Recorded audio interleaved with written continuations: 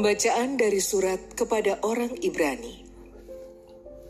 Saudara-saudara, tentang tokoh-tokoh iman, aku akan kekurangan waktu apabila aku hendak menceritakan tentang Gideon, Barak, Simson, Yefta, Daud dan Samuel, dan para nabi.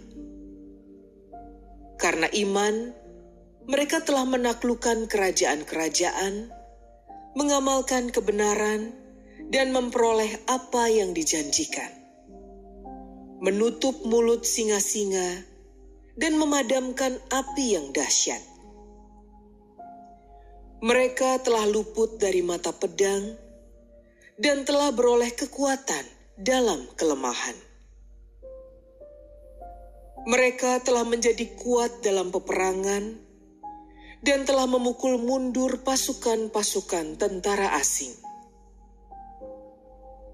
Karena iman, para ibu telah menerima kembali orang-orangnya yang telah mati, sebab mereka dibangkitkan.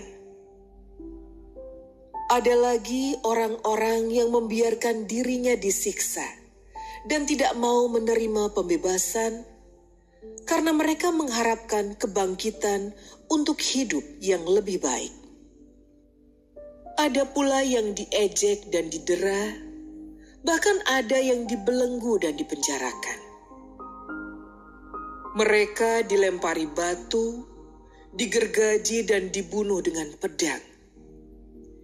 Mereka mengembara dengan berpakaian kulit domba atau kulit kambing, sambil menderita kekurangan, kesesakan, dan siksaan.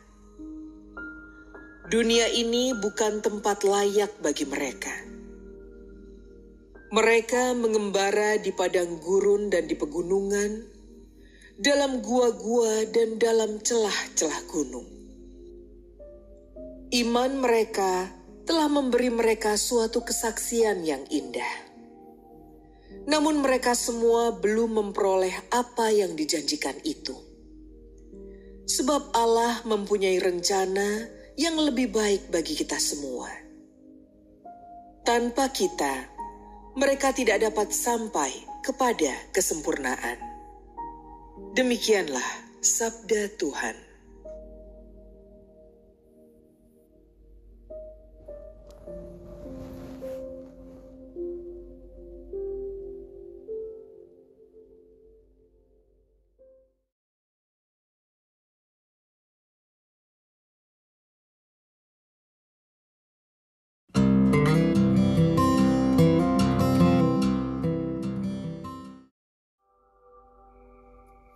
Inilah Injil Suci menurut Markus. Sekali peristiwa sampailah Yesus dan murid-muridnya di seberang danau Galilea di daerah orang Gerasa. Baru saja Yesus turun dari perahu, datanglah kepadanya seorang yang kerasukan roh jahat dari pekuburan. Orang itu diam di sana, dan tidak ada lagi yang sanggup mengikatnya dengan rantai sekalipun. Sudah sering ia dibelenggu dan dirantai, tetapi rantainya diputuskannya dan belenggu itu dimusnahkannya, sehingga tidak ada seorang pun yang cukup kuat untuk menjinakkannya. Siang malam, ia berkeliaran di pekuburan dan di bukit-bukit, sambil berteriak-teriak dan memukuli diri dengan batu. Ketika melihat Yesus dari jauh, berlarilah ia mendapatkannya. Ia lalu menyembahnya, dan dengan keras ia berteriak, "Apa urusanmu dengan aku, hai Yesus, Anak Allah yang Maha Tinggi? Demi Allah, jangan siksa aku." Karena sebelumnya, Yesus mengatakan kepadanya, "Hai engkau roh jahat, keluar dari orang ini." Kemudian Yesus bertanya kepada orang itu, "Siapa namamu?" Jawabnya, "Namaku Legion, karena kami banyak." Ia memohon dengan sangat supaya Yesus jangan mengusir roh-roh itu keluar dari daerah itu. Adalah di sana di lereng bukit, sekawanan babi sedang mencari makan. Lalu roh-roh itu meminta kepada Yesus, katanya, "Suruhlah kami pindah ke dalam babi-babi itu, dan biarkanlah kami memasukinya." Yesus mengabulkan permintaan mereka. Lalu keluarlah roh-roh jahat itu dan memasuki babi-babi itu.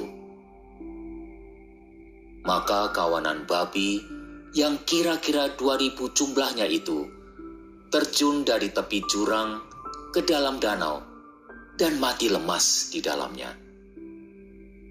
Maka larilah penjaga-penjaga babi itu. Mereka menceritakan hal itu di kota dan di kampung-kampung sekitarnya. Lalu keluarlah orang untuk melihat apa yang terjadi. Mereka datang kepada Yesus dan melihat orang yang kerasukan itu duduk.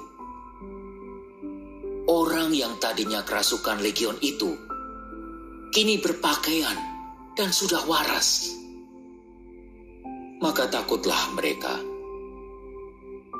Orang-orang yang telah melihat sendiri hal itu menceritakan apa yang telah terjadi atas orang yang kerasukan setan itu dan tentang babi-babi itu. Lalu mereka mendesak Yesus supaya ia meninggalkan daerah mereka. Pada waktu Yesus naik lagi ke dalam perahu, orang yang tadinya kerasukan setan itu meminta supaya ia diperkenankan menyertai Yesus. Tetapi Yesus tidak memperkenankannya. Yesus berkata kepada orang itu, "Pulanglah ke rumahmu kepada orang-orang sekampungmu, dan beritahukanlah kepada mereka segala yang telah diperbuat oleh Tuhan atasmu, dan ceritakanlah bagaimana Ia telah mengasihani engkau." Orang itu pun pergi dan mulai memberitakan di daerah Dekapolis segala apa yang telah diperbuat Yesus atas dirinya, dan mereka semua menjadi heran. Demikianlah sabda Tuhan.